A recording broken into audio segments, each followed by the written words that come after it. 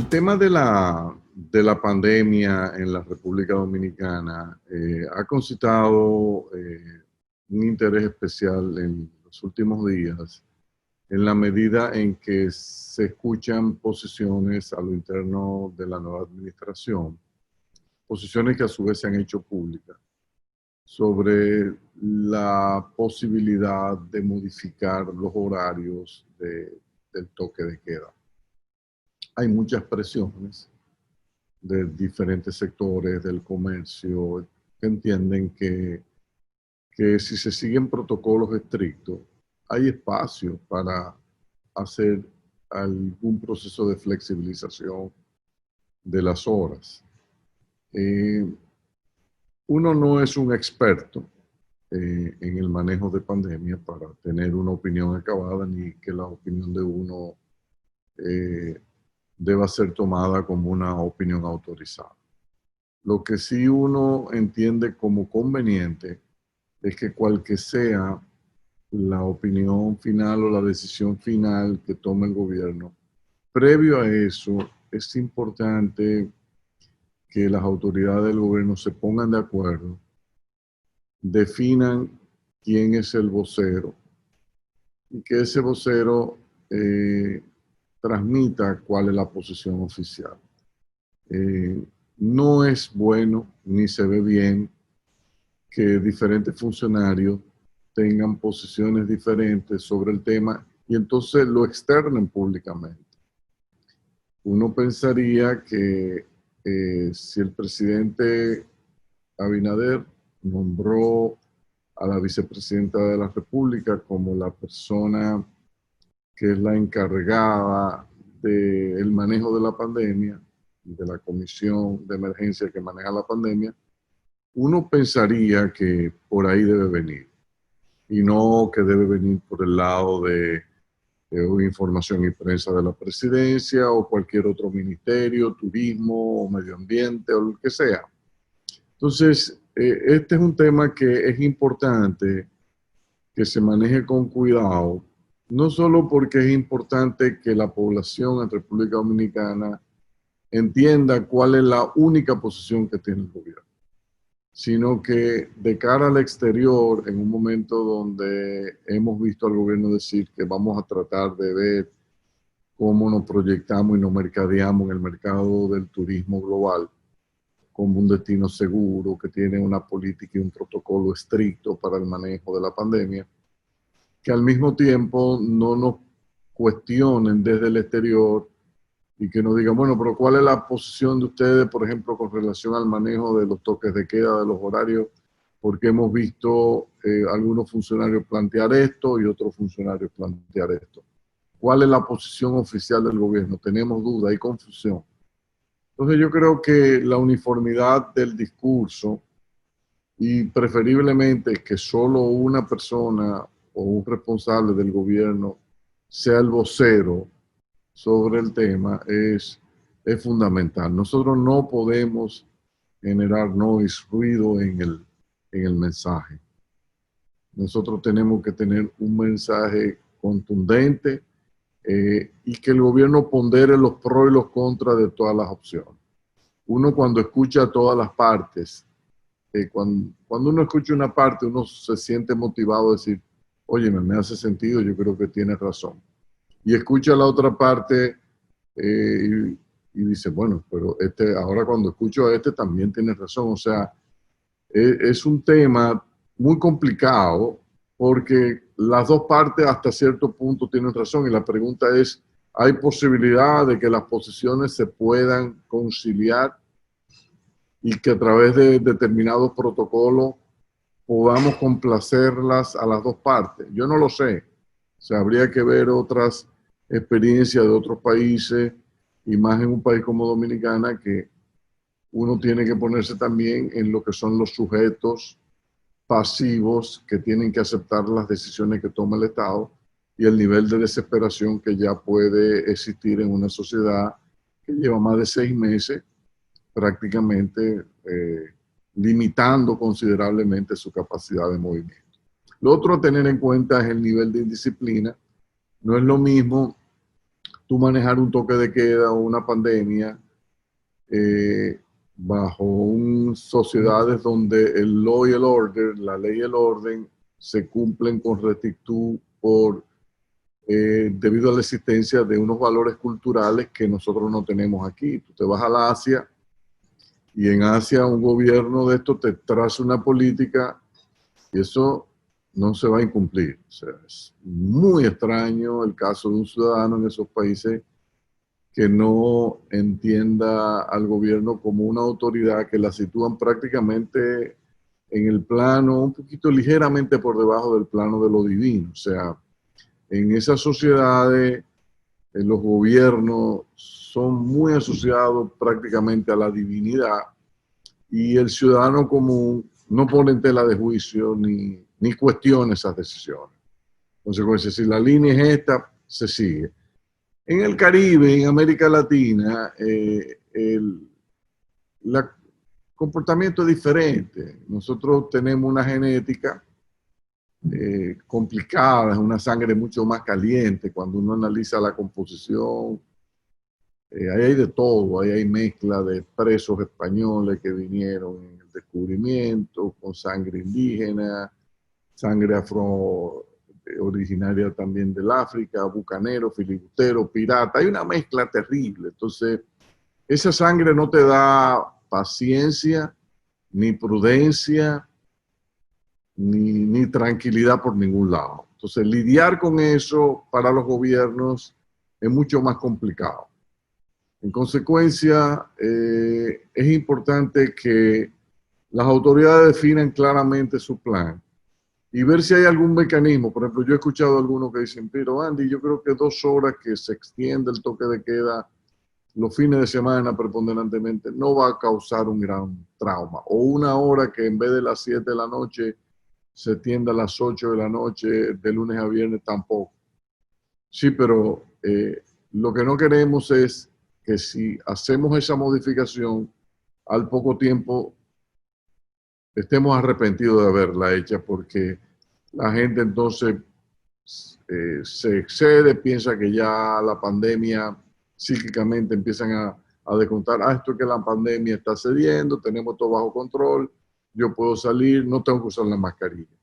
De alguna manera, la decisión que se tome, pienso yo ya aquí, no sé, pero debe involucrar una especie de trade-off o intercambio. O sea, si yo cedo algo en términos del manejo de las horas del toque de queda, ¿qué voy a exigir a cambio? Bueno, puede ser que voy a hacerlo y no voy a exigir, tengo que exigir algo a cambio. O voy a ser más agresivo con las penalidades en materia del uso de las mascarillas. O sea, todo lo que uno ha leído y uno ha visto es que no hay nada más efectivo que el uso de la mascarilla. En Filipinas, por ejemplo, ¿qué están haciendo para motivar a que la gente use la mascarilla? Bueno, al que atrapan sin la mascarilla, el gobierno le ha buscado un nuevo oficio. Y es que lo ha puesto a la actividad de limpiar tumbas y a construir tumbas. Entonces, bueno, ahí obviamente que hay un costo de transacción alto de tú violentar las reglas. Entonces sería interesante que el gobierno dominicano diga, bueno, mira, vamos a flexibilizar, pero al que atrapemos sin mascarilla, nuestros cementerios necesitan unos servicios especiales en las noches para que me hagan limpieza o me guarden la seguridad. O sea, para que la gente se sienta motivada a cumplir. Yo sé que es muy incómodo. Mira lo de la mascarilla. Tú te pones esa mascarilla y es incómodo, tú te la quieres quitar inmediatamente. Pero es que no hay opción. Más si tú quieres estar compartiendo y socializando, tienes que usarla. Entonces, quizás una flexibilización de un par de horas en el horario no derivaría en un deterioro de los indicadores de letalidad, de nuevos casos. Si concomitantemente tenemos un marco de cumplimiento del uso de la mascarilla mucho más estricto. Entonces, ¿es eso posible? Yo no sé. Eso los expertos son y las autoridades encargadas de imponer el orden son las llamadas a definir. Porque esto va a involucrar, por ejemplo, que las Fuerzas Armadas, los militares, la policía, operen con mayor firmeza y mayor rectitud. Eso tiene su costo político. Entonces, hay que ver si las autoridades del gobierno quieren invertir parte del capital político que tienen acumulado en ser más firmes en el cumplimiento de las normas y las reglas que garantizan un mejor control de la pandemia. Mira, Andy, es lo que tú dices, un trade-off. En días pasados participé en un webinar donde se exponía el caso de Quintana Roo, ¿verdad? Que es la zona en México, donde está Cancún, todo este tema del turismo. Y ellos decían cómo fue su proceso de off and on en el proceso de apertura. ¿Verdad? México es diferente. República Dominicana tiene turismo interno y turismo interno que llega por vuelos, en el caso de México. Con lo cual la hostelería en esta zona se dinamizó en gran parte por el turismo interno, ¿verdad? Porque la gente, como tú dices, está cansado, no sé qué, es difícil ir a otros lugares, déjame irme dentro de México, ¿verdad? Pero ellos fueron definiendo semáforos y definían semáforos de verde, amarillo, rojo. Y dependiendo de esto, se cambiaban algunas reglas muy fácilmente. Nosotros mismos, que hemos estado viendo todos los temas de los protocolos internos, en muchos casos, yo creo que es muy sano definir esos semáforos. Eso te da a ti con temas muy fáciles de cómo pasar con indicadores muy fáciles de cómo tú pasar de un nivel a otro. Ellos utilizan dos indicadores, que es la situación de la ocupación de las camas. Y el otro indicador es el indicador de tasa de letalidad, me parece. ¿Okay? No, el indicador de tasa efectiva de contagio. ¿Okay?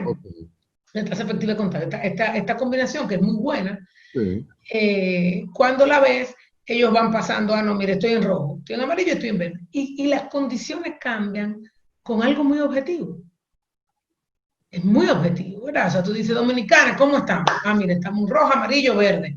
Inclusive lo puede hacer por zona. Santo Domingo y el Gran Santo Domingo, claro, quizá diferente a otras zonas. Entonces, eso es algo que quizás se puede considerar. Lo segundo, Andy, sí, ya hay muchos, por ejemplo, allá, hasta las 11 de la noche están abiertos los restaurantes. Obviamente, tienen indicadores más complejos que los de República Dominicana, más rojos, pero definitivamente uno podría poner, tienen algunas restricciones sobre la venta de alcohol también, en horas específicas, porque mucha gente se pregunta, ¿y por qué el toque de queda a las 7? Bueno, lo que pasa también es que una vez que tú tomaste alcohol, la gente comienza a utilizar la mascarilla como la cachucha cuando tú te la pones hacia atrás. Sí mismo se comienza a utilizar la mascarilla. Esa va a ser la nueva forma en República Dominicana, con tu mascarillita hacia atrás. Entonces comienza a complejizar toda la capacidad del... Porque ¿cómo tú le dices que este es el protocolo a una gente que lleva 6 copas de vino? Eso es difícil, Andy. Entonces, también hay que entender que en parte estos temas de los toques de queda responden también a cómo manejar de manera efectiva la capacidad de las personas de adecuarse a reglas y normas y protocolos. El tema de la extensión un poquito más, mira, podría ser, se podría testear. De hecho, Andy, uno puede hacer lo que se llaman experimentos controlados. Eso es interesante, porque tú agarras zonas específicas y haces tu requerimiento controlado, ¿verdad? En nuestro caso tendría que ser como un municipio o una ciudad. Y tú dices, ok, aquí yo voy a flexibilizar y voy a comenzar a ver cómo cambia la relación de contagio vis a vis con otras donde yo no estoy flexibilizando y quizá tienen temas similares. ¿Okay? Eso es un experimento que tú podrías hacer y a aumentar, porque mira, de lo que pasa a las 7, que cuando el toque de queda es a las 7, obviamente ya a las 5 todo se está cerrando, etc. La implementación del delivery es un tema interesante, porque ya en una semana más vamos a tener la capacidad de ver qué pasó con la dinámica, sobre todo en ciudades como el Distrito y el Gran Santo Domingo, donde el delivery es más fuerte, porque en otras zonas no es tan fuerte.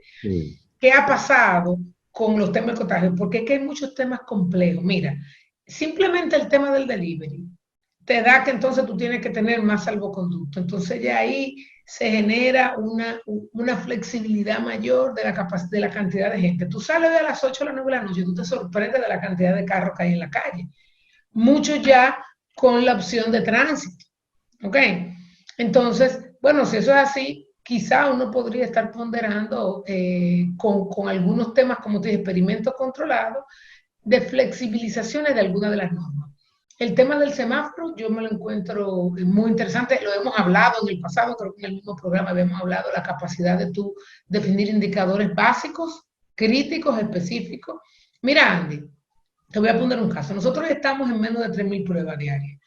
El objetivo es nosotros llegar a unas 7.000 y hasta 10.000 que nos están exigiendo otros países para considerarnos en listas de riesgo más bajas o para tener una relación de movimiento de personas entre países más intensa o diferente. Entonces, obviamente nosotros vamos a tener que ir subiendo. Poner la cantidad de contagio, a medida que tú subes la cantidad de pruebas, te va a subir.